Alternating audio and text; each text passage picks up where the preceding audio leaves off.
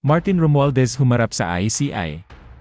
Dinenay mga paratang sa kanya patungkol flood control project scheme. Pero bago ang lahat, kung ikaw ay bago sa aking channel, huwag kalimutan na mag-subscribe at i-click ang notification bell for more trending news.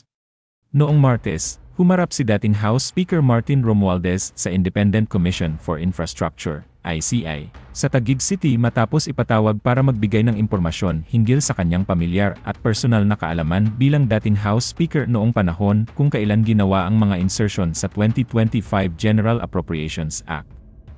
Gaya ng inaasahan, itinanggi ni Romualdez ang mga alegasyon na may cash kickbacks na inihatid sa kanyang tirahan sa Forbes Park, gaya ng inaangkin ng isang aide ng kanyang malapit na kaalyado, ako Bicol Representative Zaldico, sa isang pagdinig sa Senado kamakailan.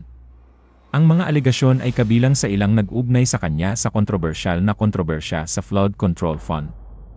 Sinabi ni ICI Executive Director Brian Hosaka na nagsumite na ng affidavit ang dating pinuno ng Kamara, ngunit hindi pa ito nasusuri ng buo ng ICI na humihiling ng mas mahabang panahon para maingat na pag-aralan ang dokumento.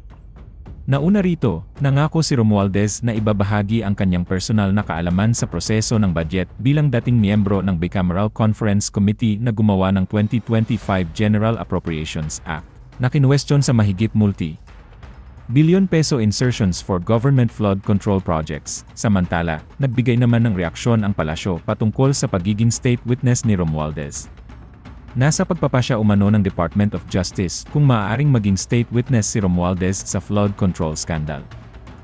Ayon kay Police Press Officer Attorney Claire Castro, nakasalalay sa magiging salaysay ni Romualdez sa ICI kung maaari ba itong maging state witness o hindi dahil ang DOJ ang magdedetermina batay sa kanilang pamantayan.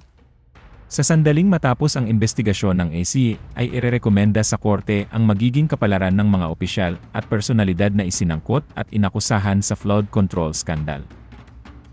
Depende po sa kanya magiging salaysay at kung ano po ang kanyang mailalahad.